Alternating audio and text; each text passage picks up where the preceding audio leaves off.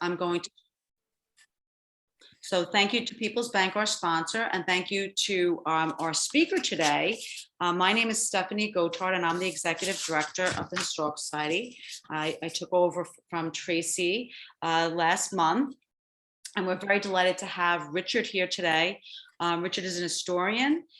He's an adjunct professor at CW Post College, and he has served as an editor for the Long Island Forum. And his previous publications include Long Island and Illustrated History, and an island's trade, and a memento for Maury, the gravestones of early Long Island. And he resides in Huntington. And he has his current book that he's going to be talking about today. And we're all very excited to hear what he has to say about the Gold Coast elite and the Great War. So I'm going to hand over the program to him and have him be the host at this point.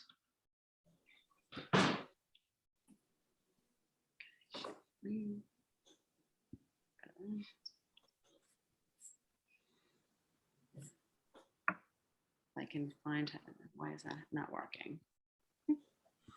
Okay, let me get to Richard. Okay, and we're gonna have him make you the host, Richard. So we should be fine now.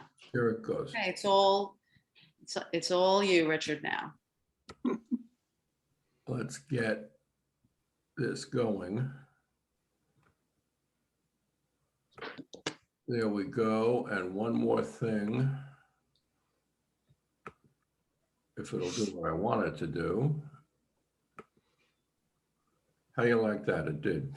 Okay. First of all, I want to thank all of you who are sort of tuning in, to use an old TV term. And I'm doing a talk today, what I call Gold Coast Warriors, an American elite in the Great War. And I suppose none of you really, sorry, have any trouble with understanding what the Gold Coast is. But just to explain what I think it is, it's roughly from Great Neck, Kings Point, dipping down through Old Westbury, the Brookvilles, extending out. And I sort of ended at approximately the area around, Eaton's Neck, heading towards Setauket. And of course, there are other parts of Long Island where there are clusters of extremely wealthy and very influential people. There was almost a second, Gold Coast down along the Great South Bay around Great River, Oakdale. And there even is the beginning of what we will later call the Hamptons if you get further out east. If you're talking about them as an elite, what am I talking about? I'm talking about people who were powerful in terms of finance, they're powerful in terms of politics, they're powerful in terms of society, they're incredibly influential, they're followed pretty much the way the Kardashians might be followed today. They tend to move to this area, particularly in the period between 1890 and about 1930. And according to most historians, this particular area here probably had the greatest concentration of wealth in the country at that particular point in time. They are also united in terms of their background. They're almost overwhelmingly old stock Americans, what are sometimes referred to as WASPs.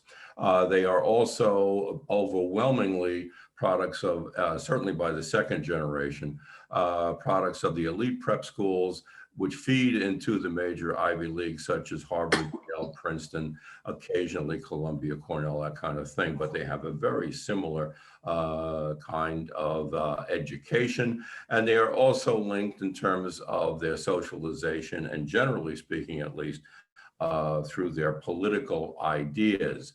Now, in terms of, where they do, create these estates.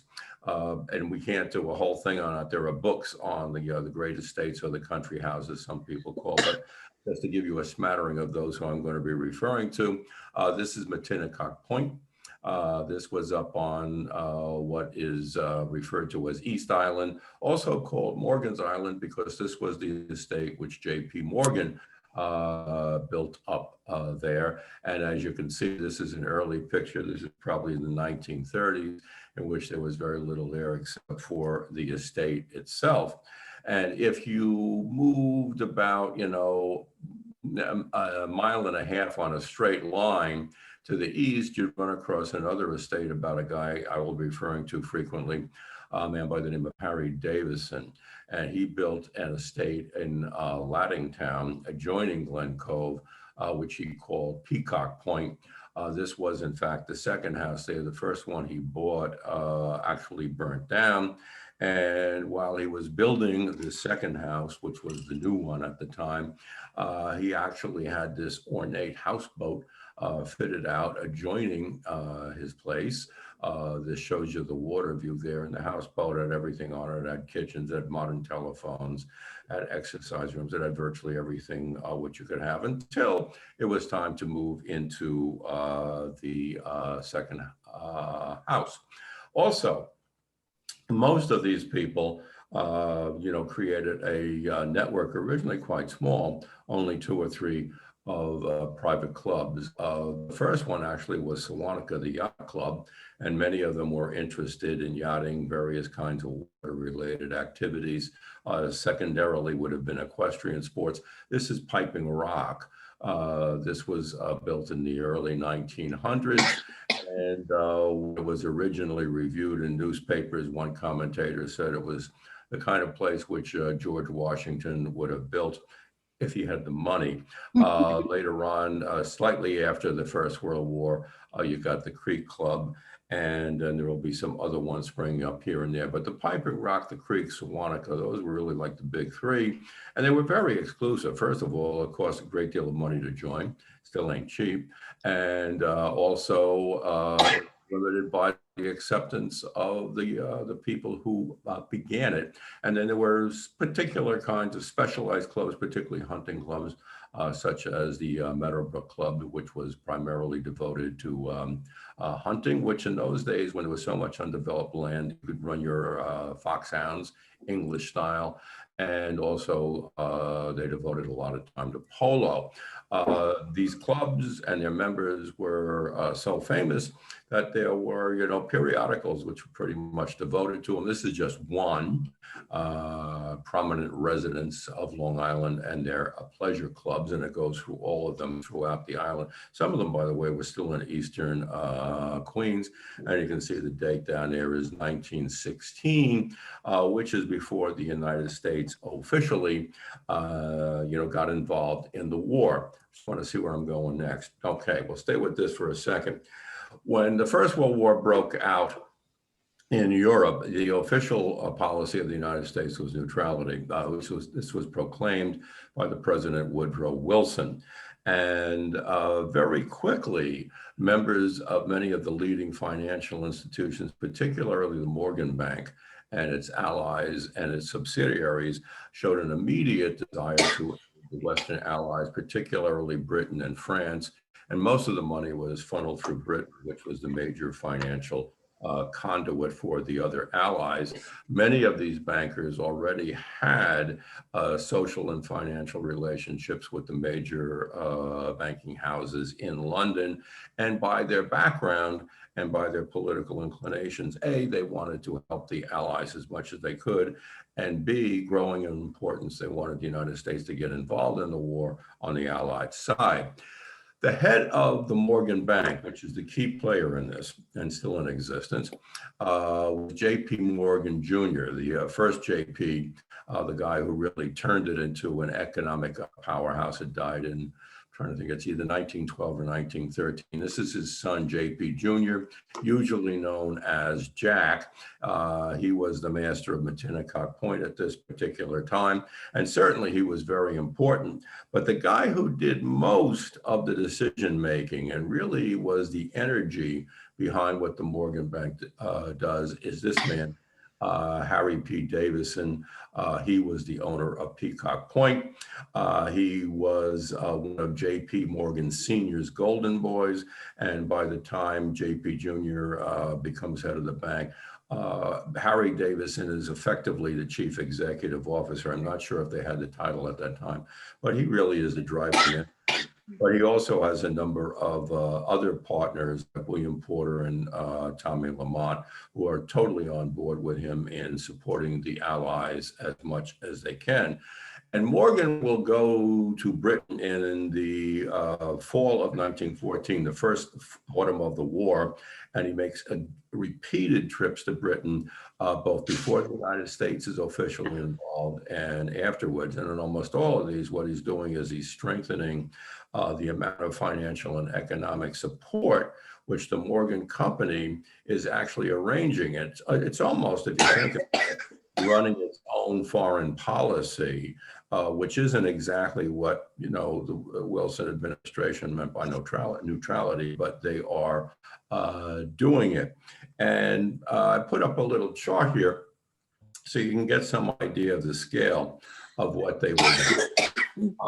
Got here March to October 1915, they arranged something called 160 million in bank credits. What are bank credits? They're loans. When the Morgan Bank first wanted to float British loans, loans that the British were issuing in order to pay for the war, the Wilson administration was still a little bit uneasy about that much kind of direct support on the part of major American banking firms. So they said, oh, loans doesn't sound good. So Morgan said, okay, what we'll do, we'll call them bank credits. By the fall, they dropped that. What's the point? There really is no difference. So in October, you can see there's an additional $500 million in terms of loans. And between, it actually starts in 14, but 15 is the big year. In the 2 years before the United States is officially in the war, which is April 1917, the Morgan Bank arranges loans for $1.4 billion. And you'll see the last tag line there is there are $886 million of what are called repatriated United States securities. What does that mean? Before the First World War, the United States was basically a debtor nation, and a lot of other countries, particularly Britain, but sometimes France and even Russia, invested in the United States because it was a growing economy. And in order to pay for the war, the British government basically forced private individuals and companies who had American securities to sell them. And Morgan arranged that. And to give you an idea of what this, really is, it's a lot more in our terms than basically $1.5 billion. What I have down at the bottom is one of the more common conversions of currency in their time to currency in our time, at about $1 in 1915 would be $6 in our time. So if you want to understand the scale of this, multiply 26 times the $1.5 billion, and you'll get an idea of what's going on. And truthfully, very early in the war, the British, to slightly lesser degree, the French, were dependent on American aid. They could not fight the war without it. Something which Wilson sort of belatedly comes to realize, and he realizes he can put pressure on them to try to create a compromise peace. It doesn't work. It's a story in itself. But the reality was that the British needed our money. They needed something else. Equally early in the war,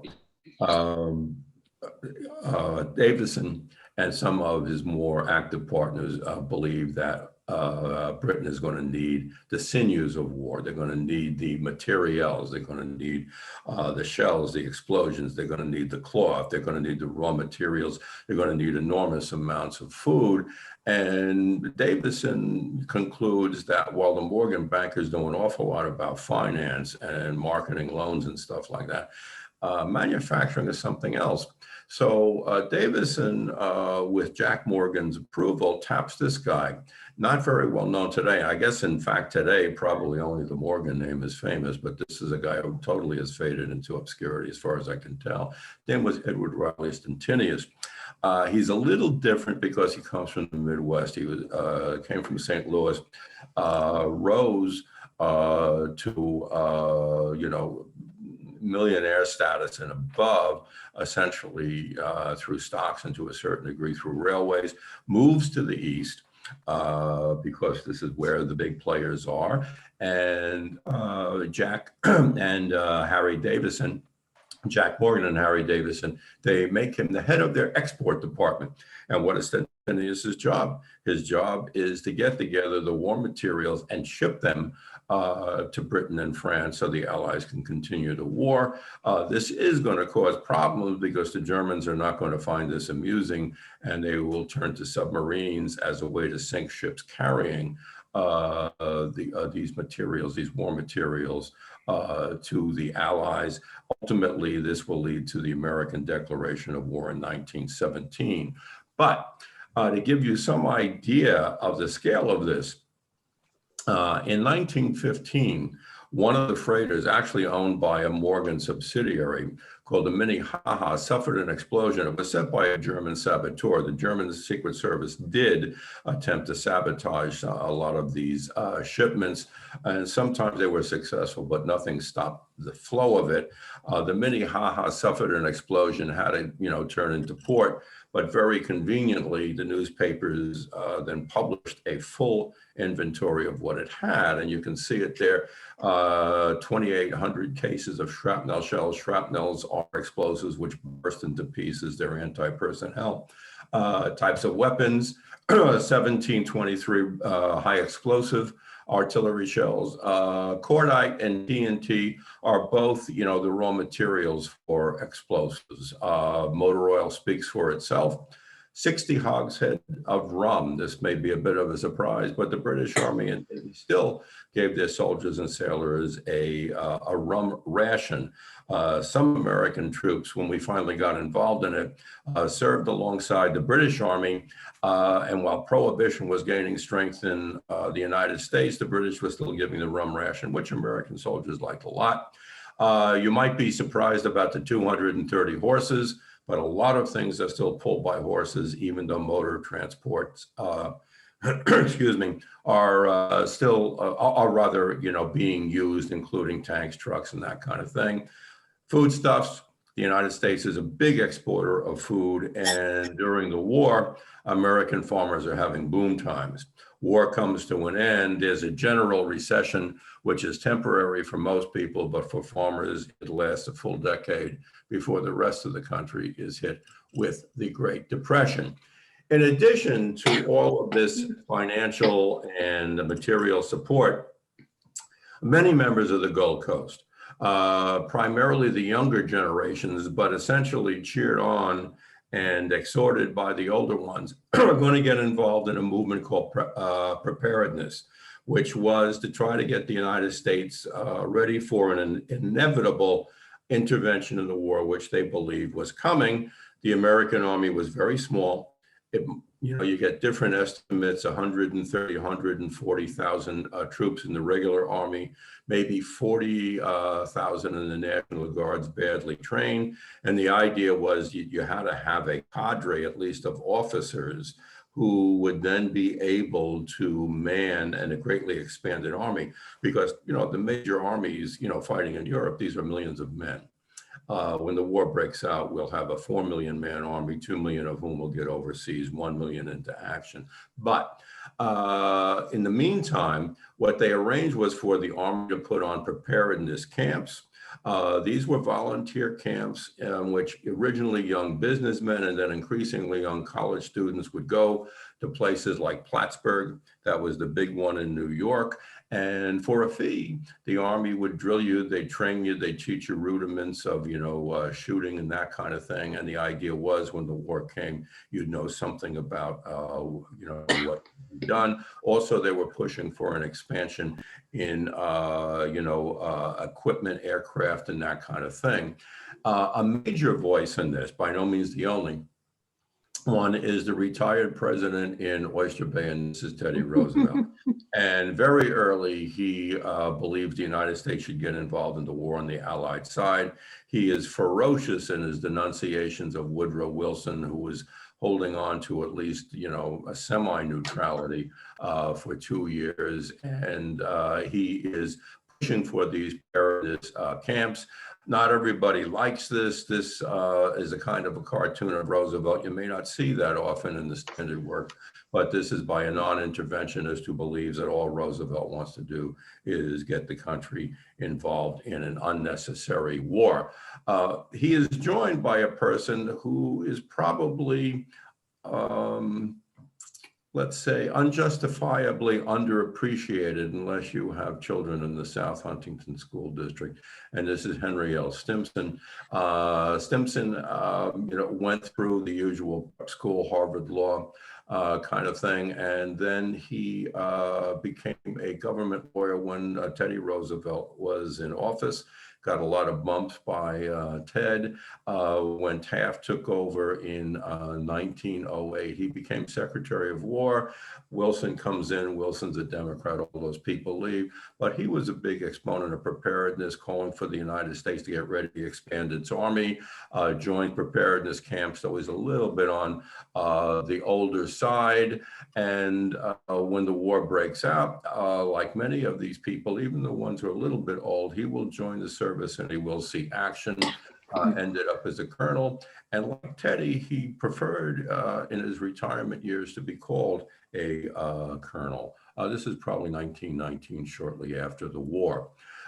This is his home, which is in West Hills. And any of you live in the particular area, you'll know High Hole Drive, and you'll know the park up there, the county park up there, was based on his property. The house is no longer extant, but he always loved it there, and this is where he retires when he's not in government service. HarryDavison, of course, is pushing as much as he can for the United States to get involved in war. He's arranging these loans, all the material support. He's a big proponent of preparedness camps, and what you can see here are his two sons, college age, both go to Yale. On the left, looking at them, that is Harry Jr. was the younger one. On the right is Frederick Truby, usually known simply as Truby. Truby went to Europe with his father early in 1915, and he served, as did many pro-Allied Americans, in something called the American Ambulance Service. Since the United States was neutral, he didn't go into the French or British armies. But what the American Ambulance Service did was it conveyed wounded Allied troops from the front lines back to the hospitals. And while there, he began to believe that the United States really needed to prepare, its air services. And he was particularly interested in naval air, which in those days, before aircraft carriers, meant seaplanes. And when he goes back to Yale after his service with the ambulance service, he recruits members of the crew team, the Yale crew team. That is the guys who did the rowing. And he recruits them into something which has a number of different names, but it's usually called the Yale Aero Squadron or unit. They're volunteers. Truby gets Harry to cough up money so they can buy some seaplanes. And they learn how to fly in Port Washington, which was, kind of the seaplane center, and it would remain that way, by the way, into the 1950s. And these are members of the crew team who are training there in 1915. Truby is in the... Okay, we're back. All right. I was just going to say the guy in the back is Robert Lovett. He will do a lot of things in American government. During the Second World War, he was assistant Secretary of War for Air, and he was also involved in the CIA. He was also a resident of Laddingtown. But at any rate, when the war actually, sorry, I thought I had a different slide there. When the war actually begins, all of these guys are taken into the Naval Air Service, and they did their qualification flight in Huntington Bay. They all passed except Truby, who was the mainspring behind it. He crashed his plane, he injured his back and his leg, and he was never able to take part in air service. His brother and the others did. When the U.S. gets involved in the war, other Gold Coasters get involved. And this is a smattering. You can do a lot more with this, and there are places you can look to find out more about it. This is a guy also not very well known anymore. His name was Robert Todd. He was a little bit older. You can see even in the picture in World War I, actually the tail end of it. He's got all of his decorations. He was an immigrant from Scotland, but members of his family were already here, but they were in the Midwest in Indiana. They were involved in railroads and banking. He goes out, joins the family firm, becomes wealthy, but he wants to go to the Gold Coast because this is where all the action was. This is where you went if you really wanted to cement your status as a member of the political and economic elite. He had an estate in Syosset called Thistleton. I hear music. Okay. I thought I was getting a soundtrack. I don't know, but at any rate, he was both an equestrian, but he was also very interested in yachting. When the war begins, he joined with Vanderbilt's and Whitney's, and they purchased for the Navy a number of small, fast craft called submarine chasers. The Navy had some big ships, but they decided they did need some smaller, more maneuverable ones. When he finally gets his assignment, he's posted to this vessel, which was the Morgan yacht, the Corsair. I think it's the second one of that name. I believe there were three. And a number of the yachtsmen on the Gold Coast and the Great South Bay Gold Coast, if you want to call it that, lent or donated their yachts to the Navy for coastal patrol and things like that. And this was Todd's first assignment. And when he shows up, one of the sailors he meets there is this fellow in the middle, who was Junius Morgan, and this was Jack Morgan's son. Junius had grown up on the Corsair, among other vessels on Long Island Sound and elsewhere. His version of preparedness was to join something called, before we got involved officially, called the New York Naval Militia, which was sort of a seagoing National Guard. War breaks out, he joins the regular Navy, and he's posted to his father's yacht, which was convenient, but both he and Todd eventually go overseas, which is where they perform their service, and mostly in the end they perform it on shore duty, where Todd in particular uses his own money in order to provide needed services at the port of Le Havre. This was one of the ports that the French essentially, lent to the United States to unload troops and materiel.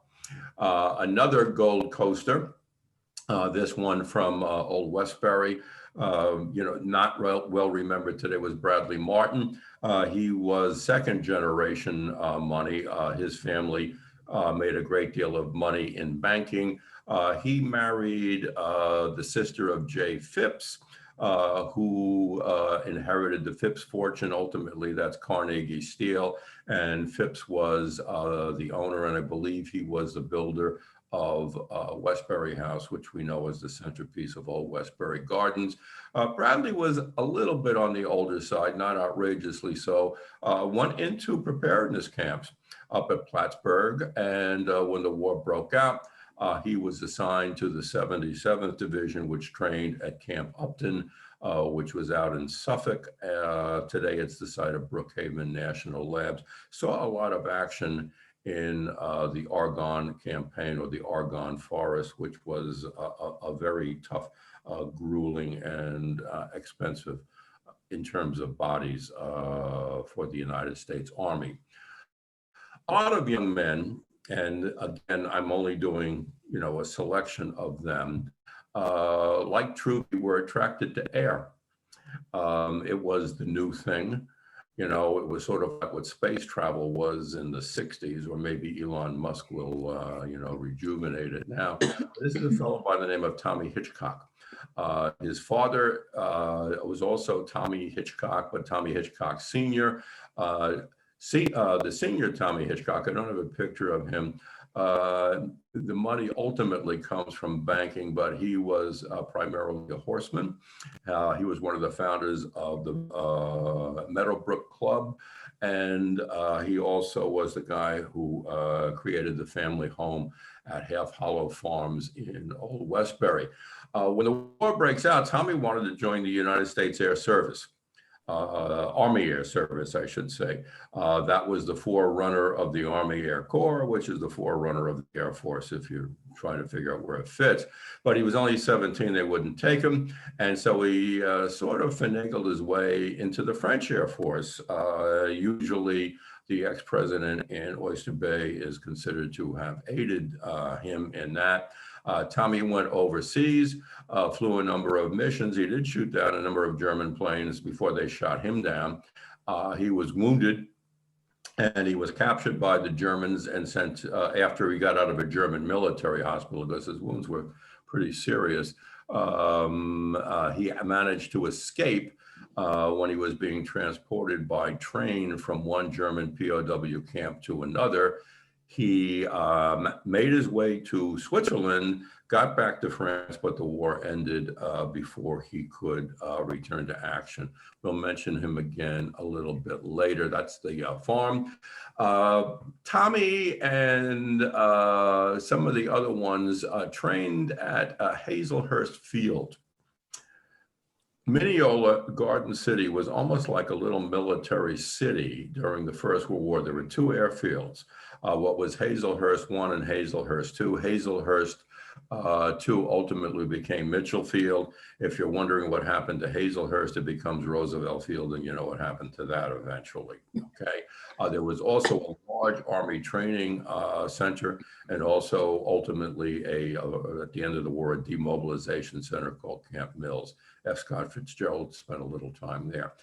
But at Hazelhurst, one of the officers there, second in command, was this fellow, J. Phipps. He was the owner of Westbury House. A little bit on the older side, wasn't sent overseas, did learn how to fly, spent some time in Texas. Ultimately, he was sent back to Hazelhurst. And his commanding officer there was Tommy Hitchcock Sr. Junior's over in the French Air Force in France. Senior decided, if the kid can do it, I'm going to do it too. He joins up. He's about 50 years old, so they weren't going to send him into combat, but he did learn how to fly, and Phipps ultimately shows up at his second in command. By the way, Tommy Hitchcock Jr.'s sister, or Senior's daughter, also at Hazelhurst. She works in the canteen. Also training at Hazelhurst is this young fellow on the right. Some of you, I'm sure, know who it is. That's Quentin Roosevelt, who is Teddy Roosevelt's youngest son. Next to him is a member of another major Gold Coast family. This is Flora Whitney. They became engaged. Originally, neither family was crazy about the match. The Whitneys considered Teddy Roosevelt a bit of a loose cannon and overly impulsive, and Roosevelt considered them plutocrats, but eventually they agreed to the match, and Quentin does go overseas with the American Air Service. You couldn't be a child of Teddy Roosevelt, as enthusiastic about the U.S. getting involved in the war without picking up some of it. And all of his children, one way or another, get involved. Here are two of them and two relatives. Here is Kermit Roosevelt, who I think is the second oldest son. All right, might be Archie, but I think it's Kermit. I should remember that, sorry. But at any rate, when the U.S. got involved in the war, he didn't want to, mess around with any, basic training or anything like that. He joined the British Army originally, and he was sent to what was then called Mesopotamia, which we now know as Iraq, and he participated in action there. When the U.S. Army began to amass critical strength, he transferred back to the U.S. Army, where he served alongside his brothers. Down here is Archie Roosevelt. He and his older brother, Ted, were among the first American troops who actually got to France. The old man got them a posting with the American commander, John J. Pershing's first units to go overseas, and they fought in the 1st Division. Initially, the American troops were posted in what were called quiet sectors. because even if they had some training, Pershing was concerned they really didn't have enough training for modern war. And so the idea was post them some places where there won't be heavy action, but they'll learn something about what's going on. However, sometimes these quiet sectors exploded, and this is what happened to Archie. And I think it's March of 1917. He was badly hit by artillery explosions, hurt his leg, also hurt his arm. You can see it. He thought he could get back in action, but it took too long for him to totally recover, and he had to be sent home. Up here is a Roosevelt-in-law. This is Dick Derby. He married Teddy Roosevelt's youngest daughter, Ethel, who was involved in the Red Cross during the war, but never got overseas. Derby and Ethel, by the way, were the first Roosevelts and among the first Americans to actually reach the war zone. Derby was a doctor and Ethel was a nurse, and they worked in an American hospital. Again, the United States was still neutral, but what they could do was to provide medical treatment for wounded Allied troops. In the middle is the woman I call the other Eleanor Roosevelt. And probably most of you are familiar with Franklin Delano Roosevelt's wife, Eleanor, but this is Eleanor Roosevelt, the wife of Theodore Jr., known as Ted, who was the oldest of the Roosevelt sons. And here he is alongside Eleanor in her YWCA garb. She managed to get over to France before a ban on military spouses going to the war zone was put into effect. And she had a house in Paris, which was sort of Roosevelt Central, but she also was in the war zone. Of course, the organizations like the YWCA, and particularly the Red Cross, provided a lot of both medical and support services for the troops. This is Theodore Roosevelt Jr., known as Ted. He got into France early. He was wounded twice. The American Army begins to see serious direct action in June, and he swallowed some gas, but he recovered from it. And then what happened, he was also hit by shrapnel from artillery, and particularly it badly injured his leg. He managed to get back to Paris and to get to Eleanor's house, and probably he was delirious from taking morphine. You know, he was trying to say he was going to get better. But of all things, Dick Derby, his physician brother-in-law, shows up, looks at the wound and says, "You've got to take care of that immediately. You're going to lose the leg." They get him to a hospital. They do save the leg, but for the rest of his life, he had to use a cane. All right. As is probably known to most of you, again, Quentin is the Roosevelt who does not come back. He gets into combat. He shot down one German plane, but on July 14th, Bastille Day, he himself was shot down and killed. This was a major body blow to Teddy, who on the one hand was really primed for, you know, what would have been, you know, the most incredible political comeback in American history. If he had run for president in 1920, I don't think there's any doubt he would have got it. It was going to be a Republican year anyway. And he was the most famous of the Republican candidates. He was very popular. His health, however, was declining badly. You know, he had suffered an assassination attempt.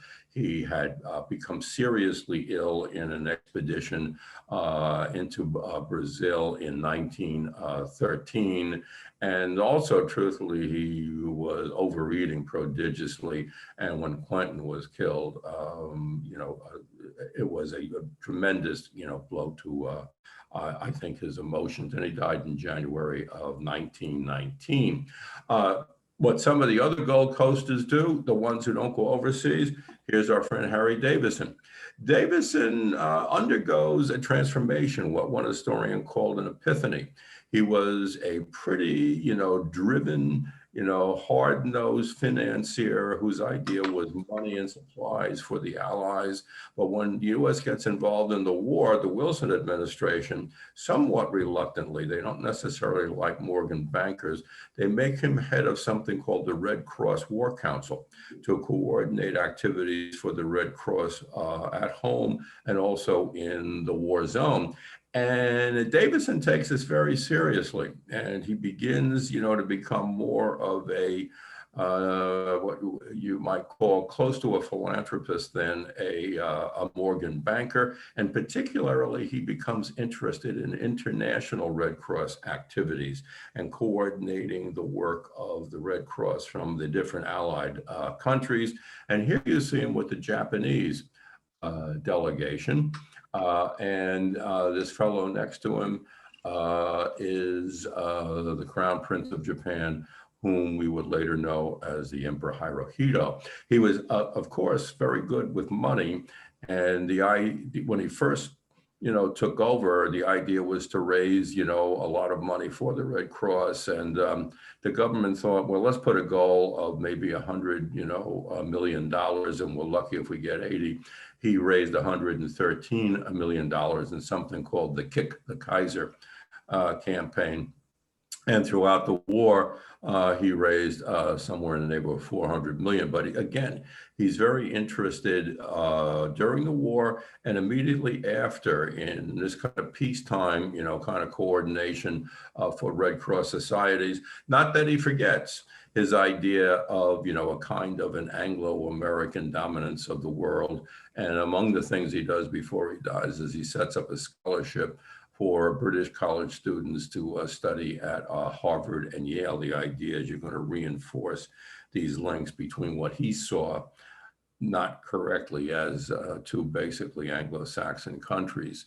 Most of the leadership of the Red Cross was male. Davison is the obvious one, but most of the membership was women. And Davison said we couldn't have done the job without the women. Here is a Red Cross parade in the city. And this is Harry Davison's daughter, Alice, Truby's sister. And over here, this is Flora Whitney. I don't know if that was before or after she learned that Quentin had been killed. Another thing which a lot of the Gold Coast elite does, if they're not going overseas, and again, this is mostly, the young men, though some of the older ones do go, is they engage in fundraisers. They do it for, war loans. They also do it for the Red Cross. They do it sometimes for the Allies.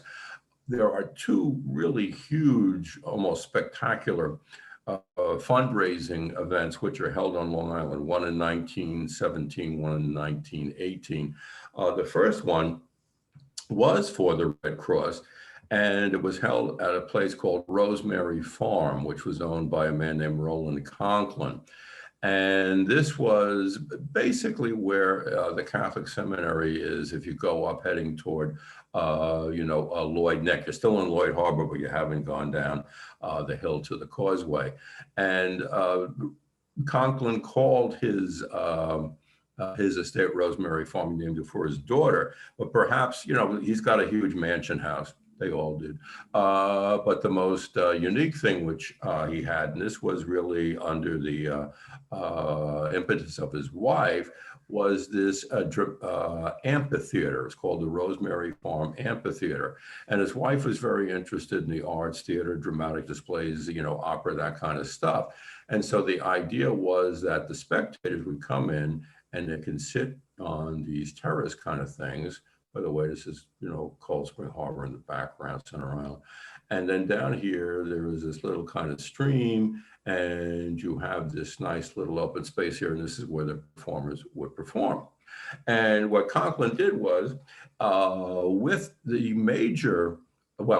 obvious cooperation of the Red Cross, which we did Davison, but also with, the major players in both the film and theatrical what today we call communities, they arranged for this pageant. to be put on at the farm. And you got what were then big time stars, showing up.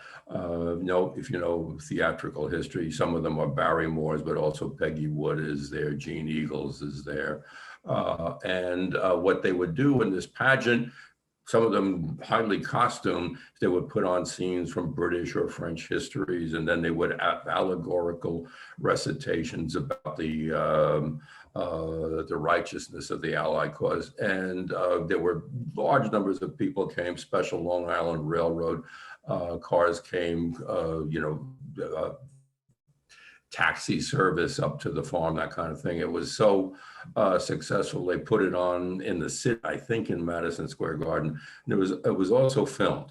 Somebody asked me if there's a copy of the film. I don't think so. I couldn't find one. But perhaps a film historian might be able to do so. The next year, the big event on Long Island, and probably the biggest one in the country, was held at Old Westbury Garden. Jay Phipps is still the commander, second in command over at Hazelhurst, but he opens up Westbury House for a fundraiser, primarily for the widows and orphans of British and other Allied forces. And this was called the Gymkhana, which is a word which I believe, was derived in India when the British were there, when they controlled it as part of their empire. And it specialized in horse events, which of course would be great. Some of them sound dopey to our, modern sensibilities. And some, a guy, usually an officer, and here you can see officers, most one here is American, but these are Brits back here. They'd get on a horse and there'd be a woman next to them on another horse, and they'd hold hands and they'd ride to a table, they'd get off, they'd sign their name, get back on the horse and ride back. However, some of them were a little bit more, arduous. There were tugs of war. There were also horse races. There was also a pig sticking contest, which in India, they probably would have had a pig. They didn't want to gross out the spectators, so they just used the stuffed ball, but they chase it around a field like polo and they stab it. There also were aerial displays of planes coming over from Hazelhurst Field, and there were raffles, and you could win a ride in a plane, and it made a huge amount of money. It's not by no means the only fundraiser had, but in terms of the kind of spectacle which they put on, it was certainly the most elaborate. A lot of the war loans, by the way, by the fall of 1918, veterans would show up if they were wounded, and they display captured German equipment, that particular type of thing. Okay. The war, once we got involved in it, it goes very quickly, mostly because all of the combatants except us, had been at it for 4 years and they're exhausted. We jump in as a fresh country with enormous manpower and enormous, amounts of material, turn the tide. The Germans asked for an armistice in November of 1918. This is the origin, by the way, of Veterans Day. It's originally Armistice Day, but obviously there have been a number of wars since then, so the name was changed. The peace that comes out of the war did not exactly make the war safe for the world safe for democracy, as was claimed the war would do, but that's another story. Most of the survivors of the war go back to what they were doing before it. All right. The older ones was easier because they were established. The younger ones sometimes a little more difficult. Some of the problems that existed before the war haven't gone away. A lot of people hated the Morgan Bank, all right, for various reasons. And in 1920, you have an event which was the largest act of terrorism in the United States before 9/11. Somebody, probably an anarchist, although many people thought it was a communist, detonated a wagon, a horse-drawn wagon, in front of the Morgan Bank on Wall Street. 37 people were killed. I can't remember exactly how many wounded. It had no effect on the Morgan Bank. None of the majors were there. Junius was there. He's taken up the family business. He was hit by a small piece of flying glass, not enough to stop him from going to a luncheon. One Morgan clerk was killed. Flying glass rather cut his throat. Harry Davison stays with the bank, but his real interest is he's still, interested in trying to get international cooperation. He's interested in reconstruction in Europe, that kind of thing. However, in 1921, he is diagnosed with a brain tumor, and he dies the following year. He was buried in a family plot in the Locust Valley Cemetery. If any of you were up there, this was actually more or less the brainchild of his friend Nius, who had moved to Laddingtown, bought a large tract of land next to a pre-existing cemetery and had it laid out according to the garden cemetery principles, which were fashionable. The Olmsted brothers, architectural firms did it. They put in special plantings, that kind of thing. It's a very nice place. Harry is over here on the left side. The other Davisons would follow him. Nius is about, 200 feet away. He dies in 1925. Some of the younger ones do have a tougher time adjusting. Tommy Hitchcock comes back. He was 17 when he went in. He's 18. He comes back. He'd seen combat. He'd been shot down. He'd been a prisoner, been wounded. He does have a little difficulty readjusting to college life, as you might expect. Gets through it. Ultimately, gets involved in banking, but also starts a firm which is engaged in air freight. Never loses his love of air. But his major, what would you say, pastime, occupation, avocation is polo. His father was a big promoter of polo. Tommy is going to be the leading American player in the 20s and 30s. I just might add that polo was more popular at that time than it is today. I mean, it always was to some degree a niche sport for obvious reasons, but it drew a lot of spectators. He was very well known at the time. And again, he was the major player. When the United States got involved in the Second World War, he went into the Army Air Corps, which would become the Air Force right after the war. He said that during the First World War, I couldn't fly from my country because I was too young. Now I can't do it because I'm too old. A little bit of an exaggeration. They weren't going to send him into combat, but they did let him fly.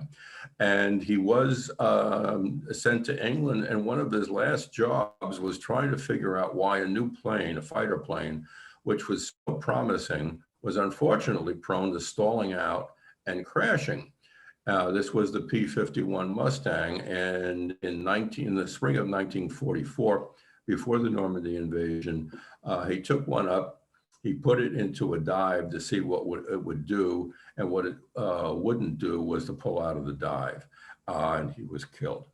By the way, his diagnosis that the plane needed a more powerful engine proved to be true. They put in a more powerful engine, and the Mustang went on to be the best all-around, all-purpose fighter in the war. The Roosevelt clan gets back involved.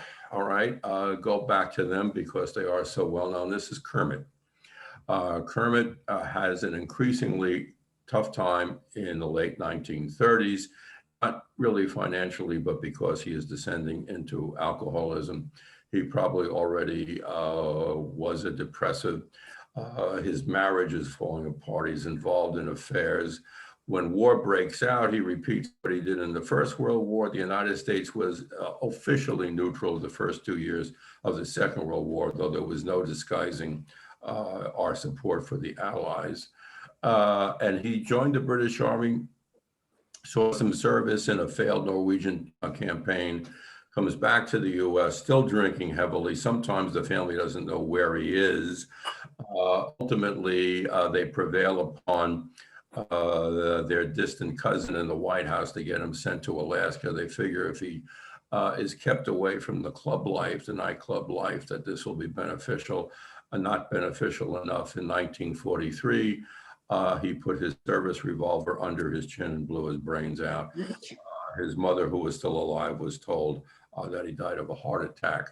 Archie, also, guys in his 40s, badly wounded in the First World War, really petitions and pressures the government to let him back in. Reluctantly, they do. He was sent to the Southwest Pacific, which was a tough campaign, at least partly because the climate was, so hot and humid.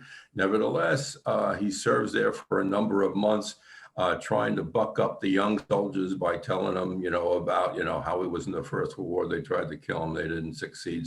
Stay by me, you'll be all right. But eventually, his body, just wore out from the campaigning, and he was invalided out. Ted had never left the Army Reserves.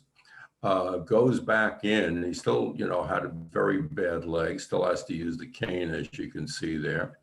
Fought in Sicily, North Africa and Sicily, and he was the only general-ranked officer to land with the troops on D-Day, where he also is going to go up and down the beach, tremendous German shell fire, machine gun fire, raking the whole thing, and he's buoying up the young soldiers.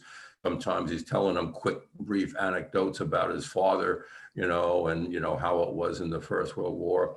For those actions, he was awarded the Medal of Honor. He never saw it. He was also, by the way, scheduled to become a divisional commander, but he already had a very bad heart.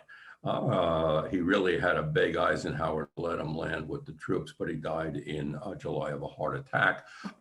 He was buried at Normandy. And after the war, his brother Quentin, who had been buried in a military cemetery near where he was shot down, was exhumed and buried next to his brother. So they're both in the American Normandy cemetery.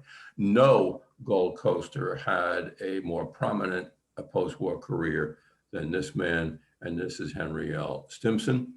Under Harding, he was Secretary of State. He also was a diplomat under Hoover, went back into private practice when Franklin Roosevelt came in. He was a lifelong Republican, but when the war broke out in Europe, he was a major exponent, as he had been before we got involved in the First World War, in getting the United States ready and supporting the Allies. And Franklin appreciated that. And he also, that is Franklin, was interested in bringing a Republican into the cabinet. He wanted to make it more of a national unity cabinet. He believed that Wilson had erred in not including any Republicans in the American peace delegation after the First World War. And so Stimson is there really from 41 to 45. He's involved in every major decision that the United States makes, and including the decision to drop the atomic bomb. He believed it was necessary to end the war, prevent the necessity of an invasion of Japan. However, once Japan surrendered, he did two things. He said that the nuclear weapons would be best kept under some sort of international agreement. And also, he immediately returned to Highhold in West Hills. He'd had enough. He figured he'd done enough public service. This is a picture of him at his 80th birthday party at Highhold, receiving a proclamation from Truman. Everybody else but Truman was there. Secretary of State Marshall was there. Eisenhower was there. Secretary of the Air Force. This is Robert Lovett, Undersecretary of Air from Laddingtown. But Stimson died shortly thereafter. He is commemorated by a junior high school in the South Huntington School District, not far from where he lived. Of course, the world has drastically altered in terms of who dominates American governments and where the power nexus might lie. The Gold Coast itself is different. It's still the Gold Coast, but most of the estates are smaller or they're gone. They're turned into developments. And my penultimate slide is a place which probably all of you have been many times. This is Westbury House at Old Westbury Gardens, which if you had to pick one, all right, might be the archetypical Gold Coast estate. Of course, there's a lot more to this. There's a lot more people. It's always more intricate and goes in many different directions. And if you're interested, there's this wonderful new book on the topic, which is available in bookstores and also online. And if you have any questions, I'd be happy to try to answer them. Thank you so much, Richard.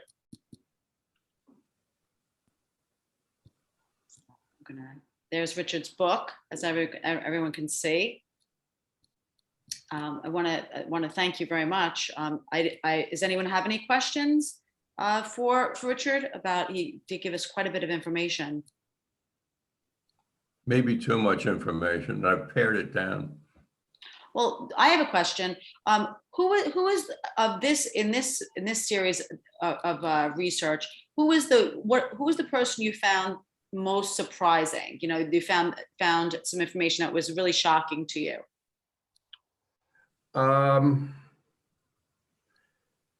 That's a little tough, but truthfully, I think both Davison and Stettinius. And the reason is that unless you really get into the period, you don't hear much about them. And maybe most people don't, pay much attention to the period in general. The First World War, was, totally overshadowed by the Second, even though it's an absolute, world transforming event for us and many other areas. But what these guys were doing in terms of really running almost their own treasury and foreign aid department is absolutely astounding. What they were doing, because they're doing this. Maybe you could say that the Wilson government's being silent because they sort of want it to happen, but it certainly puts American neutrality in a really kind of sketchy light. See if there's any other questions in the chat. People are commenting, great story, great lecture. I'll look into the book. So I think we'll get some sales for you on your greatest accomplishment, your latest accomplishment.